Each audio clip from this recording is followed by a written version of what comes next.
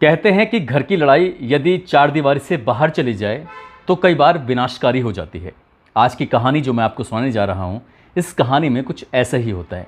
एक शौहर अपनी बीवी को लगातार डांटता था, पीटता था, जबकि वो बहुत ज़्यादा खूबसूरत थी और शौहर करोड़पति होता है, थोड़ा बहुत नहीं, लगभग 47 करोड़ का मालिक। घर में एक आदमी काम करता था, राजमिस्त्री, और उस राजमिस्त्री को ये झगड़ा बिल्कुल भी पसंद नहीं आता था। बार बार रोकता था, टोकता था, और यही रोका टोकी ही उस खूबसूरत महिला को अच्छी लगती थी। उसे लगता था कि मेरा कोई हमदर्द है।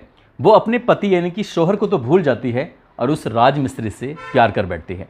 ऐसा प्यार कि उन दोनों की नज़दीकियाँ बहुत ज़्यादा आगे बढ़ जाती हैं, जबकि वो खूबसूरत महिला 2 बच्चों की माँ भी होती है। और आगे चलकर जब इस प्यार मोहब्बत के बारे में पता चलता है तो यहीं से एक कत्ल की नींव रखी जाती है, कहानी रखी जाती है। कत्ल भी ऐसा परफेक्ट कि सुनने वालों को लग ही नहीं रहा था कि ये कत्ल हुआ है, लेकिन जब पुलिस ने कुछ ऐसे सबूत जुटाए तो उससे वाकई जब खुलासा होता है तो लोगों को यकीन नहीं हो रहा था कि एक करोड़पति शिक्षक की बीवी ऐसा कदम कैसे उठा सकती है। आदाब, नमस्कार, सत श्री अकाल। मैं उस्मान सैफ़ी। आज की जो सच्ची घटना मैं आपको सुनाने जा रहा हूँ, ये सच्ची घटना है उत्तर प्रदेश के कानपुर शहर की। दरअसल कानपुर शहर के सैन पश्चिम पारा थाना क्षेत्र का स्वर्ण जयंती विहार की मैं बात कर रहा हूँ। 4 नवंबर 2023 की सुबह लगभग 6:30 बजे के आसपास उस वक्त लोग अपने घरों से टहलने के लिए बाहर निकले हुए थे और अचानक ये बहुत तेज़ का धमाका होता है, बहुत तेज़ का एक्सीडेंट होता है। इको कार की चपेट में आने से एक व्यक्ति की घटनास्थल पर ही मौत हो जाती है और जैसे ही उस इको की टक्कर लगती है तो वो गाड़ी खंबे से टकरा जाती है और उसका टायर भी फट जाता है। आसपास जहाँ तक उस टायर फटने की आवाज़ पहुँच रही थी, उन लोगों का ध्यान उस तरफ आकर्षित होता है और देखते ही देखते सैकड़ों लोगों का वहाँ मौके पर जमघट लग जाता है और तुरंत ही नज़दीकी पुलिस स्टेशन को सूचना दी जाती है कि यहाँ पर एक सड़क हादसा हुआ है, एक व्यक्ति की मौत हो चुकी है। पुलिस जैसे ही सूचना मिलती है, पुलिस मौके पर आती है। उस व्यक्ति को देखती है, उसकी नब्ज़ टटोलने की कोशिश कर रही थी। वो व्यक्ति मर चुका था। अब मरने वाले की पहचान करने की कोशिश की जा रही थी तो पता चलता है कि उसका नाम राजेश कुमार गौतम होता है, जो कि सारसोल विकास क्षेत्र जूनियर हाई स्कूल का सहायक अध्यापक था और जो कि नज़दीकी चकेरी थाना क्षेत्र के देहली सुजानपुर का निवासी था। उसके घर में सूचना दी जाती है तो पत्नी का रो रो कर बुरा हाल हो जाता है। उसके 2 बच्चे होते हैं, उनका भी रो रो कर बुरा हाल हो जाता है। जहाँ तक उसके रिश्तेदारों को खबर लग रही थी, शिक्षक समाज में जैसे ये खबर पहुँचती है तो हर कोई हैरान हो जाता है कि आखिरकार इतना अच्छा भला हष्टपुष्ट व्यक्ति वो कैसे मर गया।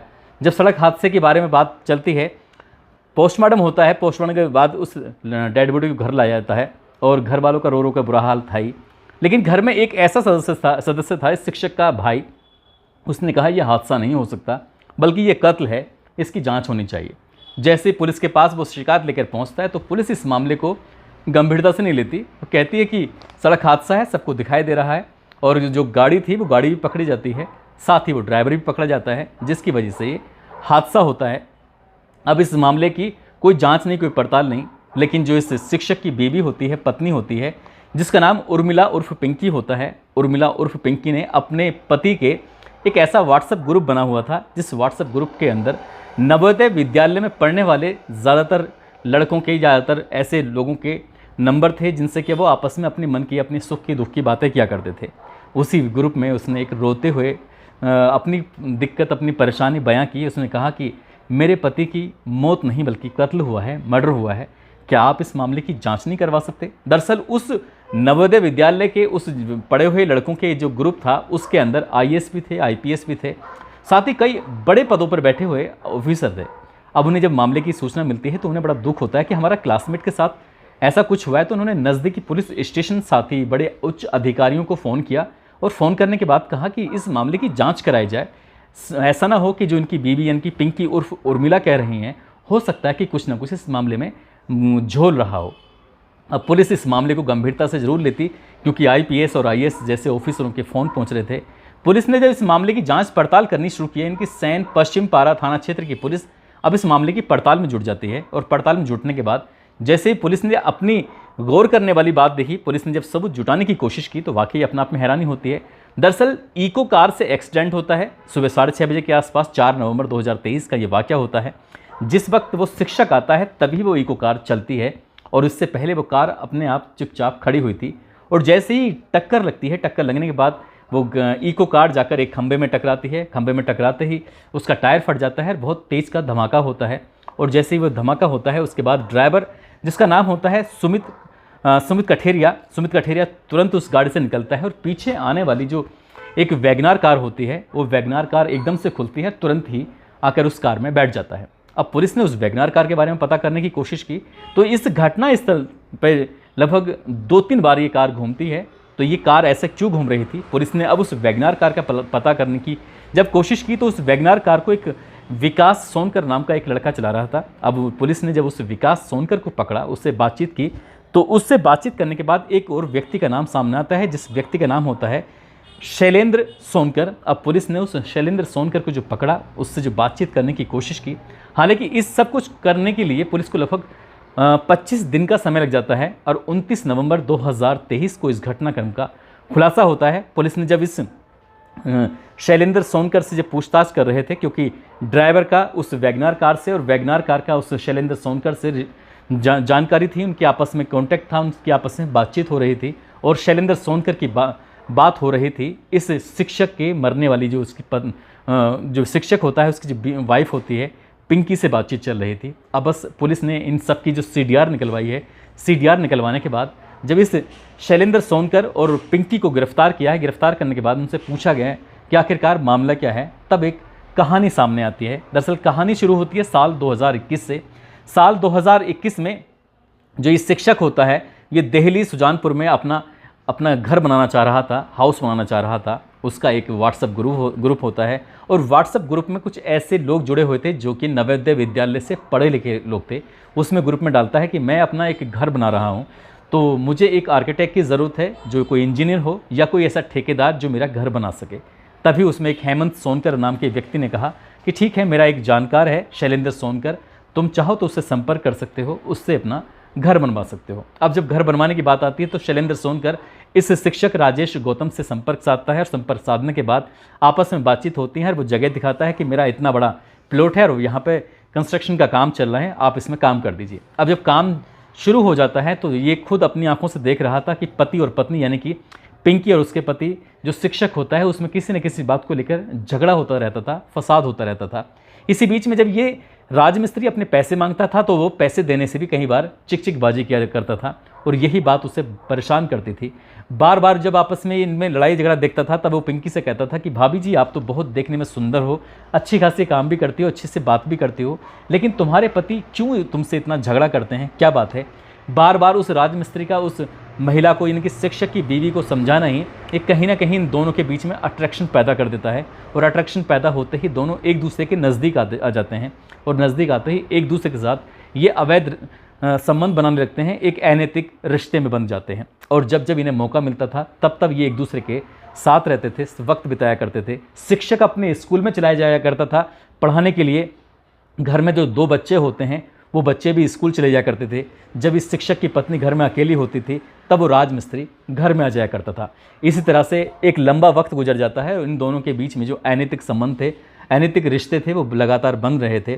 अप्रैल 2023 में ये शिक्षक अपनी पत्नी को उसके साथ कुछ गलत स्थिति में देख लेता है और जब उसे पता चलता है तो इसने इस राजमिस्त्री का घर में आने पर पूरी तरह से पाबंदी लगा दी कि तुम आज के बाद हमारे घर में नहीं आओगे। और इसी बात को लेकर लगातार घर में कलेश रहने लगा। तभी पिंकी ने उस शैलेंद्र सोनकर जो कि राजमिस्त्री होता है उससे संपर्क किया। उसने कहा कि इस पति को रास्ते से हटाया जाए और तुम्हें पता नहीं है कि मेरे पति के पास लगभग 47 करोड़ रुपए की संपत्ति है, जबकि इसमें लगभग 3 करोड़ रुपए के उसके खुद के बीमा हैं। जैसे ही वो मरेगा तो उसकी जो संपत्ति, उसकी जो लगभग 3 करोड़ रुपए हैं हमें मिलेंगे। तुम चाहो तो कुछ ऐसी प्लानिंग करो जिससे कि वो मर जाए।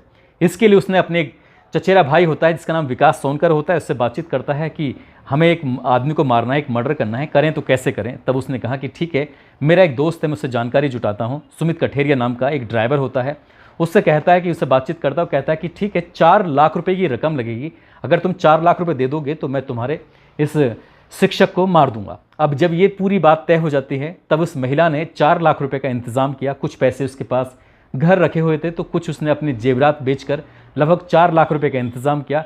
2.5 लाख रुपए एडवांस दे दिए जाते हैं। एडवांस देने के बाद वो तय कार्यक्रम के तहत जैसे हर रोज़ सुबह 6 बजे अपने घर से शिक्षक निकला करता था टहलने के लिए, मॉर्निंग वॉक के लिए, तो उसकी पत्नी पिंकी ने सूचना दी अपने प्रेमी यानी कि राजमिस्त्री को। राजमिस्त्री ने अपने चचेरे भाई विकास से कहा और विकास ने एक जो ड्राइवर था इको कार वाला उसको हायर किया, और हायर करने के बाद जैसे ही वो गाड़ी के ठीक सामने आता है, जिस रास्ते से गुजरता था, क्योंकि पहले रैकी की जाती है और मुखबरी भी बिल्कुल सटीक थी, जैसे ही शिक्षक सामने पड़ता है तो इको कार से इतनी ज़ोर से, इतनी ताकत से टक्कर मारी जाती है जिससे कि वो एक ही बार में ख़त्म हो जाए, मर जाए। लेकिन इको कार का जो संतुलन था वो अनियंत्रित हो जाता है और सामने खड़े हुए खंबे से कार टकरा जाती है, और टकराते ही तुरंत ही इसमें एक हादसा होता है, टायर फट जाता है। और टायर फटने के बाद विकास बहुत बुरी तरह से डर जाता है। विकास ने अपने शैलेंद्र जो कि इस पिंकी का प्रेमी होता है उससे कहा कि यहाँ पर इस तरह से हादसा हो चुका है। तुरंत ही उस राजमिस्त्री ने फ़ोन करके बताया उस पिंकी से जो कि शिक्षक की पत्नी होती है कि यहाँ पर इस तरह से हो चुका है। कुछ ही सेकंड बातचीत हुई थी, लेकिन CDR में जब ये सब चीज़ें कनेक्ट होती चली जाती हैं और ये इस घटनाक्रम का खुलासा होता है तो लोगों को यकीन नहीं हो रहा था कि एक बीवी अपने शौहर को, अपने पति को मरवाने के लिए इस तरह की अनोखी प्लानिंग करेगी, और वो भी इतनी सटीक प्लानिंग करेगी। काश उसके भाई ने यानी कि शिक्षक के भाई ने अगर अपने भाई की हत्या की बात नहीं कही होती, शक जाहिर नहीं किया होता, और एक गलती जो पिंकी से होती है, जो अपने पति के दोस्तों के व्हाट्सएप ग्रुप में जो ये मदद मांगती है, तब IAS IPS ऑफिसर जिसमें सक्रिय होते हैं और पुलिस से कहते हैं कि इस मामले की पूरी ईमानदारी से जांच करिए, जो भी दोषी है इसमें पकड़ लिए। अब पुलिस ने जो जांच की तो बीवी का राजमिस्त्री से अफेयर निकलता है और 47 करोड़ रुपए की संपत्ति को हथियाने के लिए इस तरह से प्लान करते हैं।